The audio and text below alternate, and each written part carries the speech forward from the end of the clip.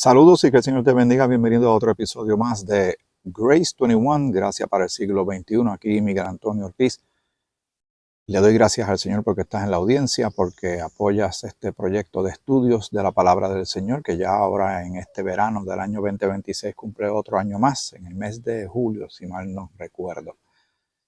Y le pido al Señor por ti, por tu familia, por tu salud física, pero sobre todo por tu salud espiritual, por el crecimiento que debemos tener, porque es un mandato, una directriz de parte de nuestro Señor de crecer en sabiduría, en entendimiento, en discernimiento, en conocer el consejo de Dios, que es su palabra, para su correcta aplicación en nuestra vida. Así que siempre te agradezco que estés ahí, que ores por este servidor. Y que también puedas compartir estos episodios con otras personas, que le des likes a los episodios, porque eso hace que el canal crezca. También que te suscribas al canal y espero, siempre es mi oración, que todo el esfuerzo que llevamos a cabo de tener este contenido, y uno dice crear contenido, pero realmente es que estamos estudiando la palabra de Dios, el contenido ya está ahí, el Señor lo proveyó. Y de eso es que nos nutrimos y de eso es que se trata esto. También tratamos de ver los estudios en una cosmovisión en el tiempo que nos ha tocado vivir, que es el siglo XXI, aunque la mayoría de nosotros prácticamente venimos desde el siglo XX, nacimos en el siglo pasado y hemos tenido la extraña e interesante y particular bendición de haber vivido prácticamente 2 siglos, no en su totalidad obviamente, pero la parte final del siglo XX y todos los grandes cambios que han sucedido, políticos, geopolíticos, económicos, morales, espirituales, tecnológicos, en el área de la educación y tantos otros aspectos que afectan el quehacer humano. Tú y yo hemos sido testigos de eso y de los cambios que se siguen dando vertiginosamente en este preciso momento que tú y yo estamos compartiendo. Son muchas las cosas que van pasando. Y estamos en medio de una cultura. En breve voy a buscar lo que es la definición de cultura, porque cuando uno escucha eso, uno puede pensar en folclore, en tradiciones, en costumbres, y hay gran parte de eso. Pero tal vez va un poquito más allá. Pero quiero verlo obviamente desde el contexto bíblico, cristocéntrico, pero también motivado por una pregunta que una querida hermana me hizo llegar. Yo creé lo que se llama un post, de estas cosas que se colocan en las redes, donde, y lo voy a colocar también ahora para que lo puedas ver de qué se trata, y es una cita de un libro que se llama Hermenéutica entendiendo la palabra de Dios. Ese libro, yo vengo a conocimiento de este libro por la universidad donde yo estoy eh, eh, dando unos cursos de tiempo en tiempo y colaborando con la institución. Y uno se expone a ciertos materiales que los estudiantes tienen que ver. Y el libro es muy interesante. El libro original tiene como 600 páginas. Hay un libro más pequeño que es Explorando la Palabra de Dios o algo así. Lo estoy citando mal, pero lo voy a escribir correctamente. Y los autores son J.C. Duval y Daniel Hayes, ¿verdad? Uno es Scott eh, Duval y el otro se llama Daniel Hayes. Y hay una cita, el libro tiene múltiples capítulos. Y de ahí fue que saqué esta cita que me estuvo muy interesante por lo que yo he visto en mi vida, por lo que tal vez tú has visto. Pero esta hermana me contestó, ya mismo te voy a decir lo que me dijo. Y la cita es la siguiente.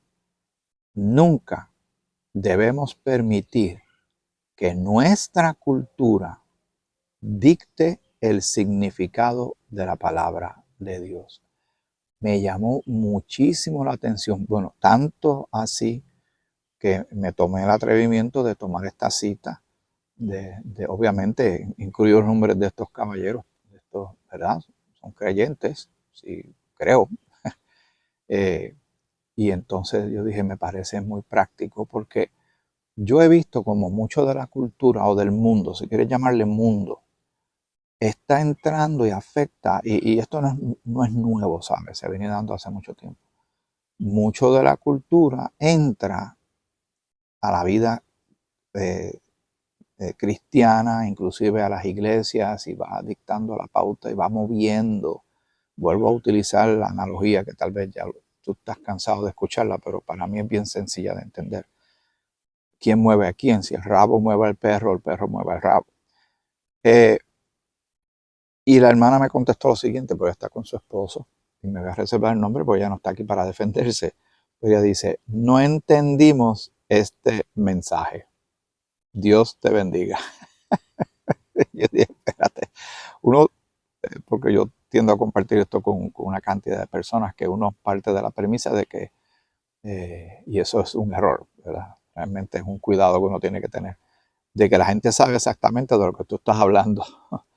Y muchas veces no, muchas veces hay que hacer aclaraciones. Y en el libro de estos caballeros que te dije, Hermenéutica entendiendo la palabra de Dios, hay un capítulo que se titula ¿Qué llevamos con nosotros al texto? Vamos a partir de premisas. Nosotros a veces cuando nos acercamos a la palabra de Dios, esto le pasa a la mayoría de la gente, yo parto de eso también, de que eso es cierto. Uno llega y sin haber estudiado bien un texto en su justo contexto cultural y del tiempo en que se escribió, y cómo puede ser traído y utilizado o no utilizado en nuestro tiempo, uno llega con ideas preconcebidas. Y sin haber estudiado bien la escritura, ya uno le está dando como que cierto valor, significado. Creo que Dios quiere decir esto. A mí me está que lo que dice es esto. Y hay que tener cuidado. La palabra se estudia con seriedad. Se estudia con seriedad, con, con ciertas contemplaciones, como yo te he dicho tantas veces en los estudios. Y hay métodos, ¿verdad? Métodos de estudio de la escritura.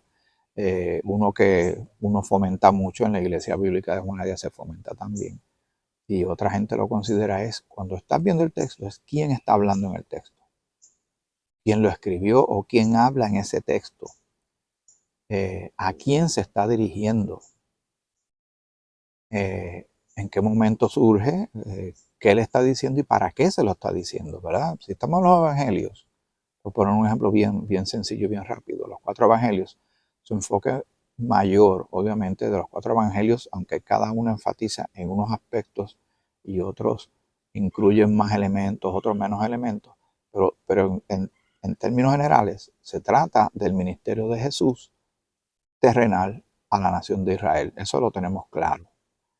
Cuando leemos los evangelios y estamos leyendo Mateo, Marcos, Lucas, Juan, siempre partimos de esa premisa. Y ahí se puede sacar enseñanza, pero fundamentalmente no todo lo que está escrito en los evangelios está dirigido hacia ti o hacia mí. Y eso tal vez te puede escandalizar, pero si estudias la escritura y la trazas correctamente, como dice Pablo en 2 Timoteo capítulo 2, versículo 15, como obreros que no tienen de qué avergonzarse, que usa bien la palabra de verdad, que la traza bien, que la divide bien, entendiendo estos también las dispensaciones, en qué momento Dios le está hablando qué a quién y le está pidiendo qué. Y nosotros estamos en la dispensación de la gracia. Cuando nosotros pensamos en todo esto y vamos estudiando la escritura, entonces le vamos a sacar el mayor provecho posible y nos vamos a alejar grandemente de sacar un texto fuera de contexto para tener un pretexto, que es lo que ha ido sucediendo mucho en la historia de la cristiandad, donde aparecen personas cada cierto tiempo, está sucediendo lamentablemente en este preciso instante, donde hay personas que justifican su doctrina o enseñanza o sus operaciones donde ellos están, ya sea en su denominación, en su iglesia. Hay mucho, algo que se está dando mucho es la eh, que las iglesias se están formando y tienen mucha celebridad cristiana. Eh, Tenemos la Biblia de estudio de, incluye el nombre de una persona. Tenemos el ministerio de fulano de tal, ¿verdad? Y digo esto con cierta pena y cierto cuidado, porque no quiero ofender a nadie, pero quiero traer el punto porque creo que es válido. Los siervos y siervas del Señor, amén. El Señor va utilizando a cada uno de nosotros en el cuerpo de Cristo con los dones, talentos, destrezas o habilidades que Él nos da a cada uno y lo traemos para su servicio. Pero a veces los ministerios están girando mucho alrededor del nombre de una persona en particular. ¿Cuál es el peligro de esto? Que si esa figura grande o esa figura en particular tiene un desliz, cae en algún tipo de desgracia, alguna falta, pues se afecta a todo lo que tiene que ver alrededor de la persona, y la persona que estaba siguiendo a ese individuo, esa persona en particular, también cae en una crisis, una frustración, porque puso mucha de su fe y su confianza, hasta posiblemente sin darse cuenta, en un hombre o en una mujer, y no en el Señor, que es el que se lleva todo el honor, toda la gloria, todo el reconocimiento. Y tenemos que dejar o evitar a toda costa de que las cosas que son del mundo, que hay celebridades, que hay figuras públicas, que hay gente que vende libros, que hay gente que son bien positivas, que hay gente que cobra muchísimo dinero por dar una charla para que la gente se sienta bien por un rato, y nada, ya al rato eso se acabó, porque es como si fuera una especie de licor o de droga o algo que tiene un efecto temporero. Pues nosotros estamos viendo todas estas cosas sucediendo, la cultura afectando la iglesia.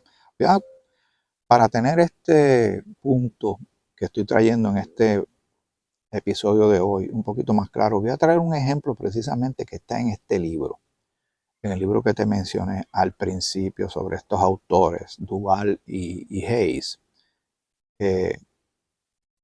y hacen un ejemplo que me parece muy interesante. No lo había visto de esa manera, por eso lo quiero traer para que tú también medites en ello y busques más información sobre este aspecto y analices cuánto de la cultura te está afectando a ti y a mí en nuestro crecimiento espiritual y en nuestra identidad como cristianos, como creyentes. También puedes observar cuánto de la cultura está manifestándose o no en tu congregación. Eh, una de las cosas que se está observando con detenimiento por algunas personas es la manera en que se están diseñando las congregaciones, donde en vez de un altar como tal, es una plataforma, es una tarima, en que hay juego de luces, como si fuera un concierto, donde el ambiente de la, de la, de la, de la iglesia, de la nave, como le llaman, ¿verdad? En la jerga de iglesia, del auditorio, eh, a veces permea que le bajan las luces. Donde está la gente está oscuro, y entonces todas las luces se concentran en, en la llamada tarima o altar o el nombre que le quieran poner, pero lo que sucede ahí es lo que a veces inquieta. Y donde hay personas que están dando prácticamente como si fuera un stand-up comedy, ¿verdad? Haciendo reír a la gente. Otros gritan, usan mucho los decibeles de sus gargantas, que se aumentan aún más y se duplican y triplican porque tienen un sistema de sonido, tienen micrófonos, tienen bocina, eh, la música de fondo, todo eso se va utilizando para crear cierta atmósfera, cierto ambiente. Y yo he visto muchas de los llamados conciertos cristianos tienen mucho parecido a los conciertos que yo he visto de seculares. Yo he ido a conciertos cuando tengo la oportunidad de ver conciertos de bandas que yo seguía cuando antes. Obviamente me cuido mucho de lo que en un momento dado a mí me gustaba mucho el heavy metal, pero ya eso es terrible. Hasta que un día pude ver las letras y entender lo que decían las letras, y de verdad que la ignorancia es demasiado terrible. Pero hay bandas que son de los 80, ¿verdad? Y ahí voy diciendo más o menos la edad que tengo. Y me gusta verlo. Y el ambiente es muy distinto porque como ya tenemos ciertas edades, ya somos papás y algunos abuelos, pues cuando uno va a esos conciertos son más tranquilos que cuando hace 30 o 40 años atrás. Pero he visto muchos de los conciertos cristianos de hoy día que se parecen mucho a los conciertos modernos de hoy día. Unas pantallas de proyección enormes y el juego de luces, el tratar de motivar al público que está delante. Y son líneas finas, son líneas bien finas. Y nosotros los creyentes tenemos que tener siempre el cuidado de no dejar que las emociones sean los que dicten y me digan si Dios está o no en un asunto, si el Espíritu Santo de Dios está o no en un asunto. ¿Por qué? En la medida que pues, yo tengo una reacción emocional o se me paran los pelos, como dicen mucha gente. Si eso no está, pues entonces la gente lo interpreta como que eso no es de Dios, que Dios no está ahí. Como nos han dicho a nosotros en la iglesia, esta iglesia no tiene unción, simplemente porque no gritamos a cierto nivel, o no brincamos de cierta manera, o no corremos, o no bailamos de cierta manera. Porque si no tienes eso, si no haces eso, no eres.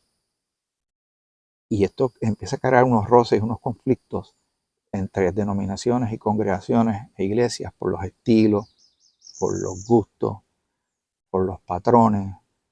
Eh, a veces las iglesias hemos querido traer mucho de las cosas que hay en el mundo para que los jóvenes no se nos vayan. Por ejemplo, si a los jóvenes les gusta jugar mucho billar o les gusta jugar mucho tenis de mesa o llamado ping pong, pues vamos a traer eso a la iglesia para que no lo hagan allá y lo hagan aquí.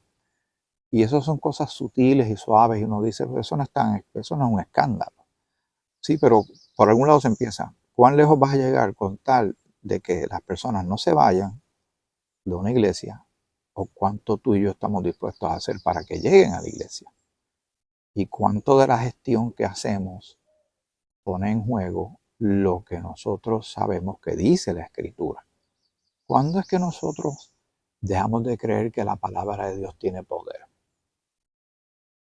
Que la palabra nos regresa vacía. Que Dios sí se puede hacer cargo de las personas y transformarlas. Él es un especialista en eso. ¿O cuánta ayuda nosotros creemos que Dios requiere de nuestra parte para ver cómo atraemos a las personas a como dé lugar? Porque hay una parte de uno que quiere, ¿quién no quiere que una iglesia crezca? ¿Quién no quiere que las personas vengan al conocimiento salvífico de Jesucristo como Señor y Salvador? Todos lo queremos. Se supone que eso sería hasta algo que se cae de la mata, algo lógico. Pero cuando llegue el momento de hacer la gestión, llevar a cabo la administración de la escritura, el hablarle a las personas, el buscar la manera que lleguen a una iglesia o que se sienten siquiera a hablar con nosotros, a tener una conversación, ¿qué nosotros estamos dispuestos a hacer? Y lo que estamos dispuestos a hacer está bien, bajo qué reglas, qué estándar yo voy a utilizar para mí, para yo decir, bueno, la estrategia que yo utilicé me parece que está bien, que es bíblica, que no estoy haciendo trampa, no estoy tratando de engatusar a nadie, no estoy vendiendo gato por liebre, ni estoy haciendo un montón de estrategias de mercadeo, de relaciones públicas, o de efectos especiales, o de inteligencia artificial, con tal que la gente llegue al Señor. Hay que tener muchas contemplaciones, porque mucho de la cultura eh, llega, hasta sin nosotros darnos cuenta, a la esfera de lo que llamamos iglesia o de la fe cristiana. Y eso va creando una tergiversación y una mutación. Recuerden los ejemplos que yo siempre le he dado a ustedes. Por ejemplo, el caso del famoso Jim Jones de la Guyana, y sabemos el desastre, cómo eso terminó. Él comienza con un ministerio cristiano y era un predicador. Pero ¿cuál fue el enfoque que él empezó a darle a su congregación? Un enfoque de ayuda social. Y empezó a traer filosofías socialistas y de comunidad, de tener todo en común. Y se tiró por esa línea. ¿Y qué fue lo que pasó? Se alejó de la escritura, lo empezó motivado por la escritura, supuestamente. Pero a poco él fue quedando al frente como la figura principal de toda esa estructura.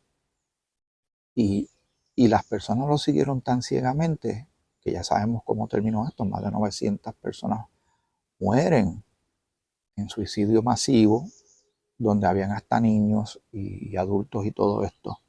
Y todo empezó bien. Pero ¿qué fue lo que hizo? Trajo ideas de afuera, vio la problemática social y dijo, tenemos que resolver eso. Cuando la iglesia tiene una misión específica de llevar un mensaje de reconciliación. Ahora, no vamos a ignorar la necesidad del prójimo. Por eso estas líneas son finas. Hay que presentar esto con cierto balance.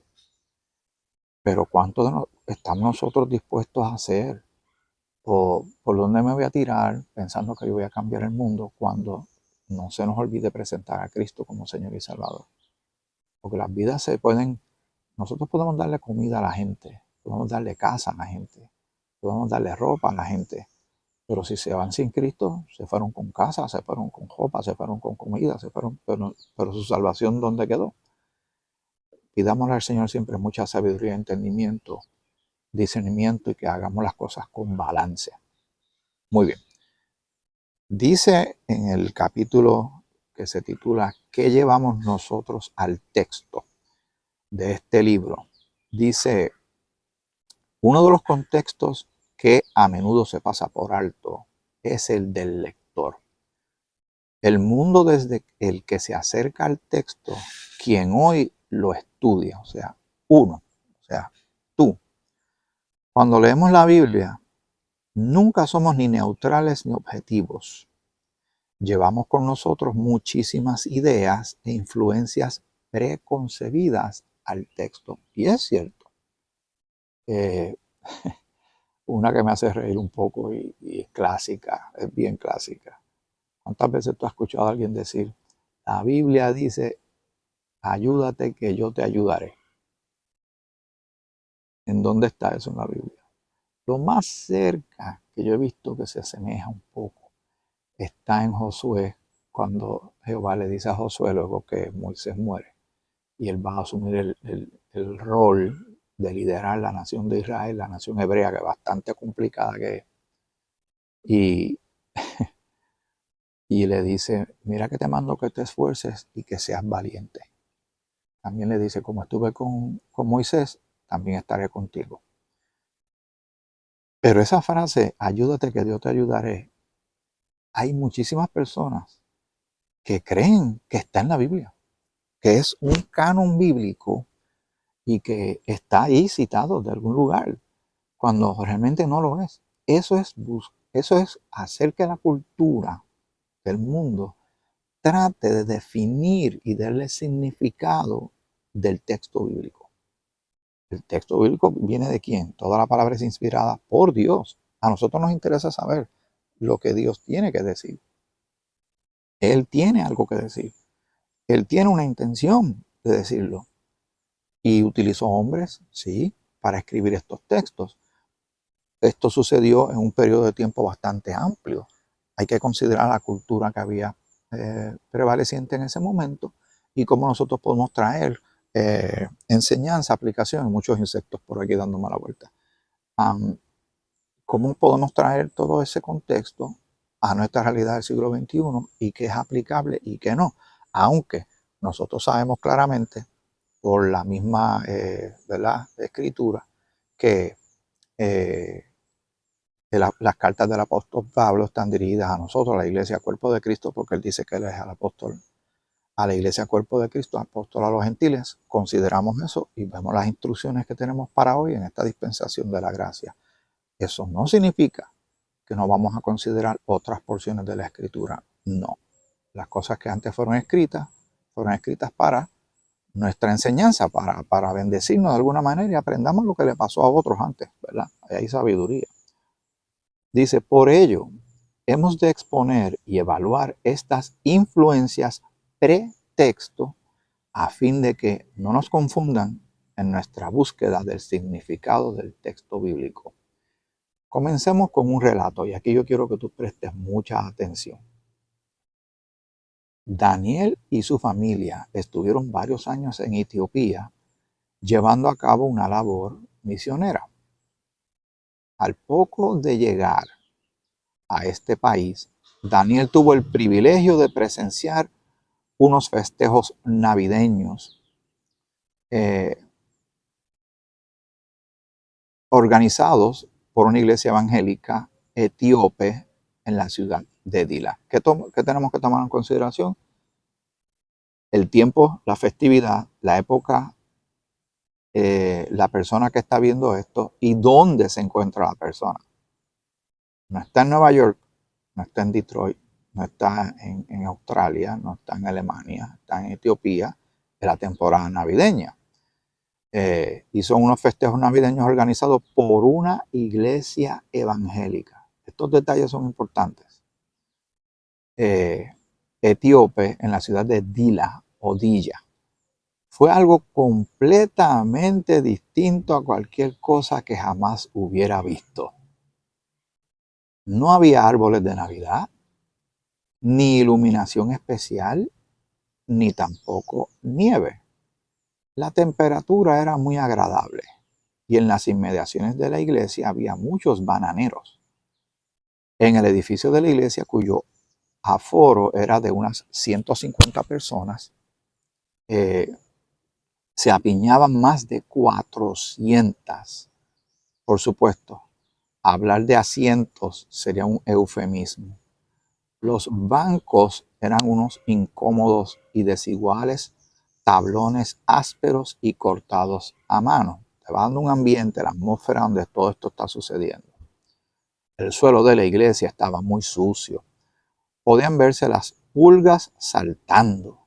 Los muros eran de barro, blanqueados con cal, y el tejado estaba hecho con vigas de madera de eucalipto y una marquesina de acero ondulado. Yo imagino que eso tiene que ver, nosotros le llamamos zinc, los techos de zinc. Siempre que el sol se escondía detrás de una nube, el cambio de temperatura producía la contracción de la marquesina, que crujía y rechinaba durante unos segundos. Después el sol surgía de nuevo y calentaba el acero de la marquesina, con lo que se repetían los chirridos rituales hasta que el metal se había expandido, adquiriendo su tamaño original. De este modo, la techumbre aportaba su trasfondo de gemidos ocasionales, o sea, había un ruido que hacía el metal cuando se contraía y se expandía. Así que eso era parte de toda esta atmósfera, todo esto donde está sucediendo esto que estamos considerando en este momento, en este relato. El interior de la iglesia estaba iluminado por dos únicas bombillas de 40 vatios. Imagínate, qué poquita iluminación. Normalmente la mayor parte de la luz entraba por las numerosas ventanas abiertas a cada lado del edificio. Sin embargo, en aquel día en concreto, una buena parte de la luz estaba bloqueada por docenas de ávidos espectadores que se apiñaban de puntillas alrededor de cada una de las ventanas del exterior del edificio y que alargaban el cuello en un intento de ver lo que estaba pasando en el interior. Estaban haciendo así, levantándose y tratando de mirar, ¿verdad? Habían llegado demasiado tarde para poder sentarse y presenciar el programa desde adentro. En los Estados Unidos, las fiestas de Navidad son bastante estereotipadas.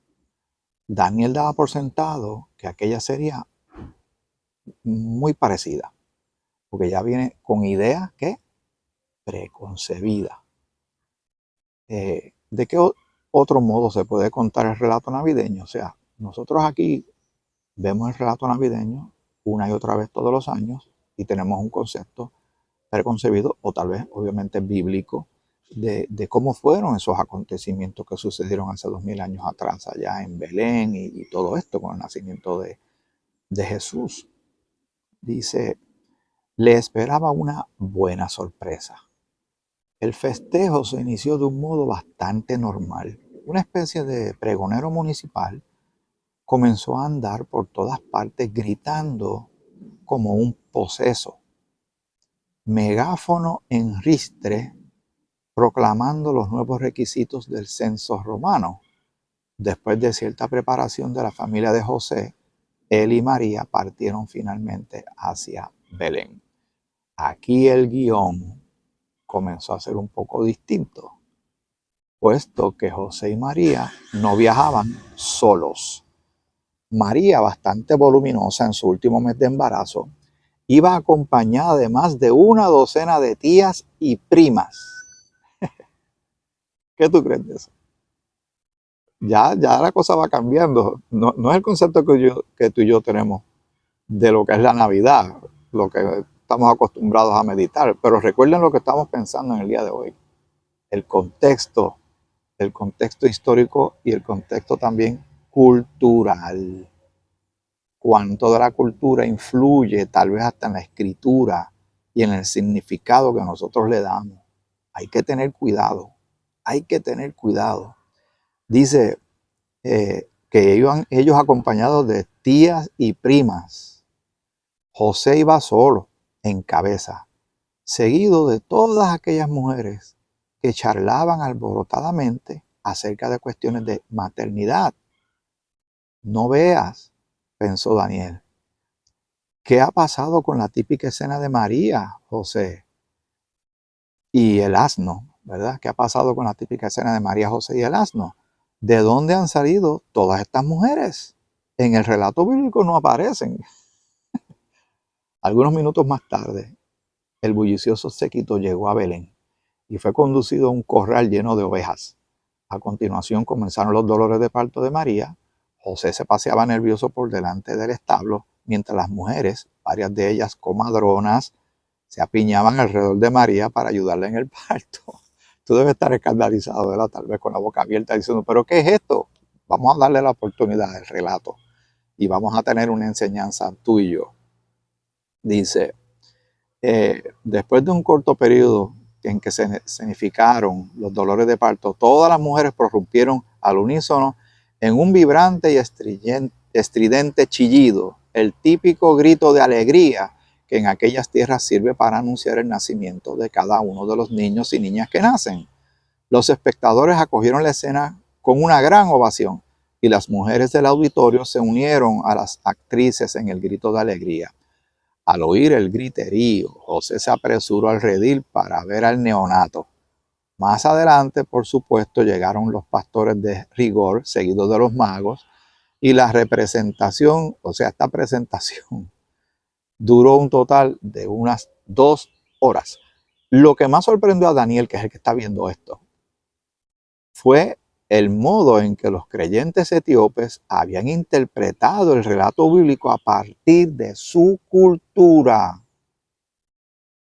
Y si uno hace un ejercicio donde uno vive, yo que me paso más tiempo viviendo en Puerto Rico, en el pueblo de Juana Díaz, y uno ve, por ejemplo, hay una gran fiesta de reyes, uno puede sacar ciertos elementos de ahí que son más bien de cultura y no necesariamente se sostienen bíblicamente. Y así hay otras muchas festividades y cosas que se observan religiosas o bajo el manto de religiosidad en mi país. Y si vas a cada país vas a ver cada cosa, como hacen esta mezcla de cosas, y cuando uno lo ve y le habla a las personas, pues tal vez alguien te dice, sí, eso está en la Biblia, pero tal vez nunca lo ha buscado.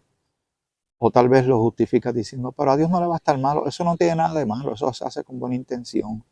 No seas tan exigente, no seas tan metódico, tan específico, pero es que nosotros queremos ser siempre bíblicos. Nosotros queremos saber realmente, no lo que la cultura dice, lo que Dios dice en su palabra. Pero vamos a seguir leyendo. Eh, no es que estuvieran adaptándolo conscientemente para hacerlo etíope. Su intención era representarlo del modo que ellos creían que había sucedido en realidad. No obstante, observemos lo que hicieron. Como hacemos también nosotros en nuestras representaciones, los guionistas etíopes insertaron explicaciones acorde con su cultura en los silencios del relato. Hay muchos aspectos de la Biblia que como no es más específico y no los relata, donde nosotros nos vemos tentados a insertar o a rellenar esos espacios, ahí es que nosotros ponemos nuestra parte. Eso sucede mucho con las series, con las películas de Hollywood que quieren hacer un intento de llevar relatos bíblicos a la pantalla. ¿Qué pasa? Que si tú tal vez tienes un relato que lo puedes leer en un solo capítulo, en menos de la mitad de una página de la Biblia, ¿cómo tú lo llevas a que dure 1 hora o 2 horas para hacer todo un guión de un largometraje? Vas a tener que rellenar. Y ahí es que está el peligro. La serie que ha sido muy famosa, pero también altamente criticada, The Chosen, que muchos de ustedes han visto, yo he llegado a ver capítulos de ellos, ahí han sido también señalados fuertemente porque han traído elementos que realmente no son bíblicos. Ellos, ¿verdad? Porque tienen que llenar el espacio. Pero hay que tener mucho cuidado si no se está haciendo una tergiversación o uno está forzando la cultura a lo bíblico, a lo sagrado, a lo eterno. Estamos hablando de la Biblia, ¿saben? No estamos hablando del Quijote ni nada de eso. Estamos hablando de la eterna palabra de Dios y todo lo que tiene que ver con el carácter de Dios y el peligro que tenemos que tener de no traer la cultura a mover el entendimiento bíblico para nosotros sacar un texto fuera de contexto para tener un pretexto. Eso siempre tiene que tener un cuidado y por eso le pedimos al Señor sabiduría, porque hasta en las mejores intenciones nos podemos equivocar, hasta con buenas intenciones podemos fallar malamente y no tan solo fallarnos a nosotros, que podemos llevar a otros al error. Dice, no es que estuvieran adaptándolo conscientemente para hacerlo etíope, su intención era representarlo del modo que ellos creían que había sucedido en realidad. No obstante, observemos lo que hicieron, como hacemos también nosotros en nuestras representaciones. Los guionistas etíopes insertaron explicaciones acordes con su cultura en los silencios del relato. Por ejemplo, para los etíopes era impensable que la familia de María la hubiera dejado hacer sola aquel viaje a Belén. O sea, era imposible. María, José, el asno, el bebé en el vientre de María, y que anduvieran con un séquito, ¿verdad? Porque que ellos estuvieran ellos solos, no, tenían que tener un grupo de personas alrededor de ellos. ¿A quién se le ocurre hacer una cosa como esa? Andar esta pareja solos con un bebé que van a tener, ¿verdad? Y ellos empezaron a rellenar esa parte con la cultura que ellos conocen. Lo más seguro que tenía que andar con comadrona, pero eso no lo dice la Biblia. Pero es la cultura etíope, pero esa es la interpretación del cristiano etíope. Y uno dice, wow, son sutilezas, pero ¿no crees que es un cambio grande de lo que el relato bíblico expresa? ¿Cuántas escenas tú has visto en que está María, está José, está Jesús, que ya nació el bebé, y están ya eh, eh, los magos, los sabios, que llegaron a traer sus regalos? Y los ponen prácticamente que llegaron el mismo día. Pero cuando uno lee la escritura, uno se da cuenta que ellos cuando llegan a la casa donde están. Ellos ya se fueron del pesebre, están en otro lugar. Y cuando Herodes manda a matar a los niños, los manda a matar a los niños de 2 años para abajo, porque había pasado cronología, había pasado tiempo, pero siempre ponemos a los magos, a los reyes magos, y siempre dicen que son tres, y se basan porque habían tres regalos, pero realmente ¿cuántos dicen que son? ¿Y dónde salieron los nombres? Todo esto es muy interesante, pero puedes notar fácilmente que hay mucho de la cultura influyendo en lo bíblico. Dice, eh, era una mujer, ¿verdad? Por ejemplo, para los etíopes era impensable que María la hubiera dejado, que la familia de María la hubiera dejado hacer sola aquel viaje a Belén. Era una mujer joven que esperaba su primer hijo. Y en la cultura abisinia es inimaginable que a una mujer en estas circunstancias se le permitiera viajar con la única ayuda de José.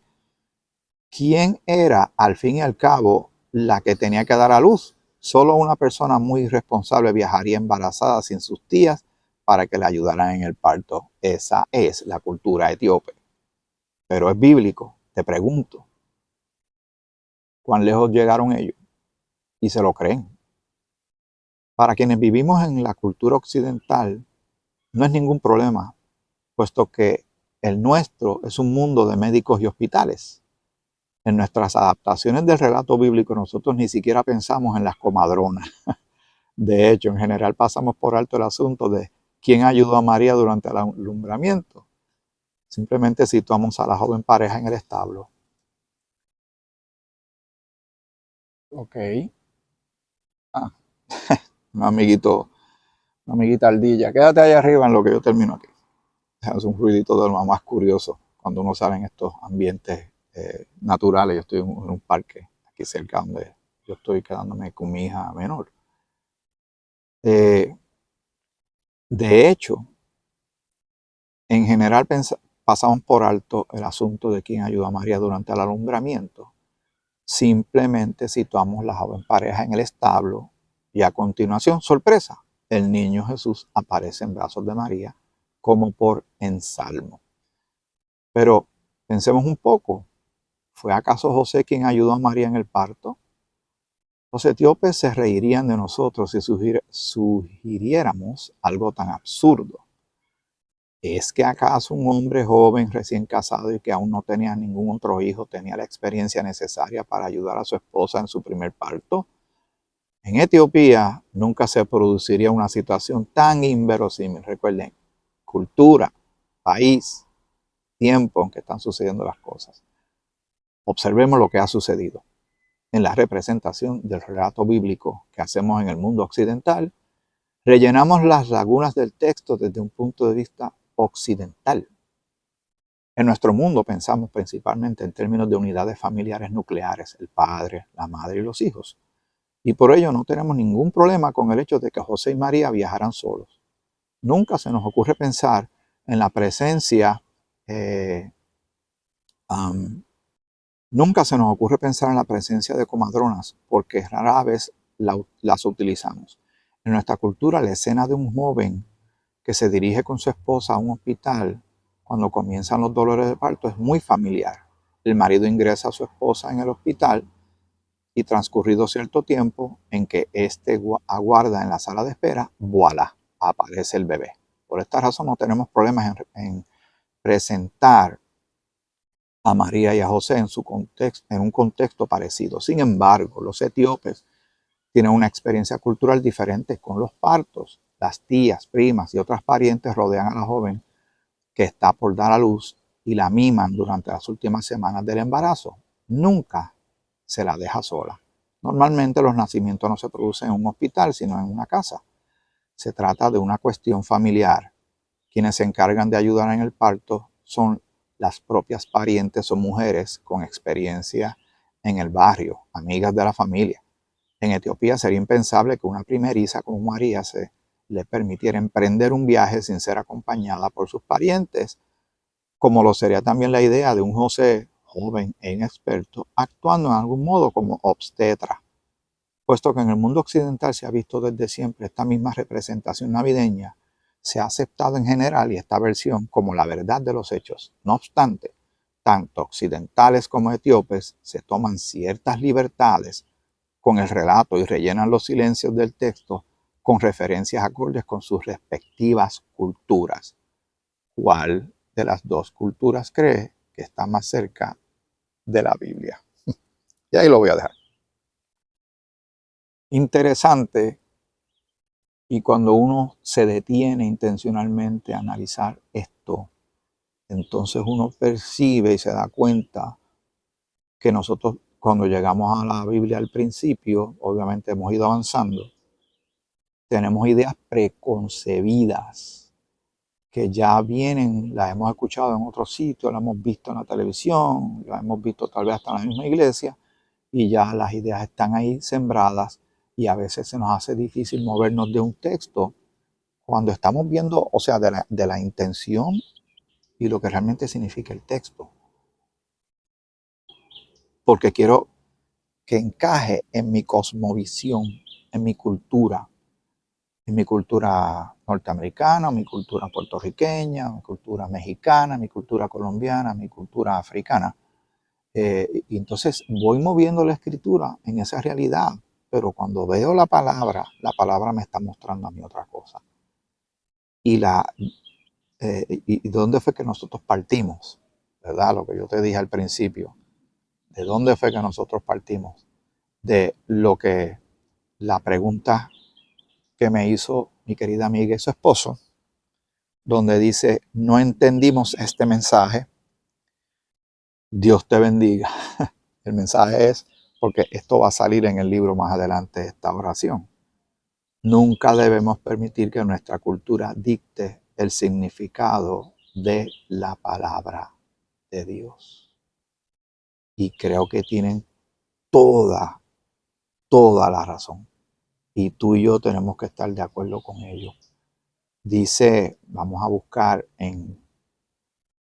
a ver si lo tengo por aquí, Segunda de Timoteo, el capítulo, óyeme, estoy dulce hoy para los insectos. Después que no me piquen, yo estoy bien, pero el problema es que son muchos.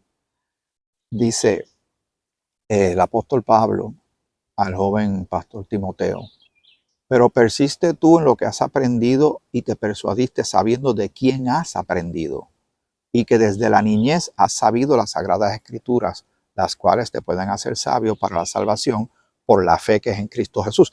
Porque la abuela y ¿verdad? La mamá y la abuela de Timoteo influyeron espiritualmente grandemente en él. Mira, déjame quieto. ¿Qué tú quieres? No sé lo que tú eres, no me vayas a picar. Dice, toda la escritura, versículo 16, toda la escritura es inspirada por Dios y útil para enseñar, para redarguir, para corregir, para instruir en justicia, a fin de que el hombre de Dios sea perfecto, enteramente preparado para toda buena obra. Hay una intención de Dios con su palabra, hay una intención de Dios en revelar su verdad para ti, para que esta palabra nos transforme, para que nosotros sepamos del carácter de Dios, de la intención de Dios, de su amor, de su gracia y de su misericordia. Fuera, vamos. Oye, de verdad que le ha dado, tal vez, porque no es que me esté molestando a mí, es que yo estoy invadiendo su espacio. Yo estoy invadiendo la cultura de este insecto que no sé de verdad lo que es. No se ve tan peligroso, pero por aquí hay unos, llaman hornets y unos wasps, que eso es, hay que tenerle respeto a la picada esta. De todos modos, ya tengo que ir terminando antes de que me tenga algún accidente, ¿verdad? Con un insecto aquí en este tiempo que estoy compartiendo. Creo que lo que te quise traer está bastante claro. Espero poder compartir este episodio con la persona que me dijo que no entendió lo que quiso decir. La cultura, nosotros podemos tratar de justificar muchas de las acciones que hacemos hasta en el nombre de Dios por la cultura, por las costumbres y las tradiciones. Mire, hay, y estas son de las cosas que uno medita, estoy seguro que hay muchas llamadas iglesias, denominaciones, eh, que están llevando cosas que realmente no tendrían que llevarlas a cabo si se meten al contexto y texto de la palabra y tendrían que sacar varias de las cosas que ellos hacen. Posiblemente no lo hagan. ¿Por qué? Bueno, porque ya están, o está muy arraigada esa verdad ahí. Esperemos que no haya problemas por aquí, pero salieron nuevamente. Aquí cerca hay una estación de bomberos y cuando ellos salen le avisan a todo el mundo que vienen por ahí y todo el mundo se tiene que salir del medio. Por cierto, ellos han venido aquí varias veces a este bosque porque hay una sequía bastante fuerte y a cada rato tienen que venir por aquí a apagar esto para que no se queme todo esto aquí. Yo lo veo bastante verde, pero hay muchas áreas también que están un poquito secas. Pues ahí estas denominaciones, estas iglesias posiblemente no van a soltar lo que están haciendo porque ya se acostumbraron o porque van a perder identidad, van a dejar de ser lo que son, tal vez tengan miedo que la gente se les vaya, porque llega un punto que está uno tan convencido de que por qué vas a mover eso de ahí si eso siempre ha estado ahí. Pero si uno dice, pero mira lo que dice la escritura, mira lo que dice la palabra de Dios, y te enseño mi dispositivo celular porque es lo que estoy usando. Y no encuentran cómo y se puede haber una gran pelea. Mire, ha habido unas grandes divisiones en los últimos años, por ejemplo, la iglesia metodista, la iglesia presbiteriana, se dividió de una manera tan fuerte por, pues, lo que decidieron de qué tipo de personas ellos van a permitir que estén desde el púlpito predicando. Y organizaciones como los Boy Scouts tuvieron un problema también porque están tratando de traer todo lo que está en la cultura a su cultura sin contemplar las posibles ramificaciones. Y este asunto viene dándose hace mucho tiempo. Yo te invito a que hagas ese ejercicio en tu país, en tu ciudad, en tu comunidad o hasta en tu propia iglesia. Y uno mira y dice, ok, hacemos esto, vamos a buscarlo en la Biblia, vamos a buscarlo en la Biblia, vamos a ver si es la intención de Dios, vamos a ver si estamos cristocéntricos, si estamos bíblicos, porque si hay que mover algo, se mueve. Pero si se convierte esta es una famosa frase, en una vaca sagrada y nadie lo quiere tocar, porque bueno, no toques eso, porque eso va a causar un problema grandísimo. Pero es bíblico. ¿Queremos hacer lo que Dios quiere que hagamos o queremos que la cultura prevalezca? Es retante, pero creo que siempre es correcto hacer lo correcto. Como obreros que no tienen de qué avergonzarse, que usan bien la palabra de verdad. Hasta aquí este estudio, meditación, reflexión sobre la cultura y la palabra de Dios, que fue motivada por lo que leí en un libro, pero creo que está bastante, nos mueve a hacer un buen ejercicio y un necesario ejercicio cada uno de nosotros. Hasta aquí este episodio de Grace 21, Gracia para el siglo XXI. Será hasta el próximo episodio. Dale likes a los episodios, suscríbete, compártelos. Gracias por el apoyo y sobre todo, gracias por las oraciones. Que el Señor te bendiga mucho.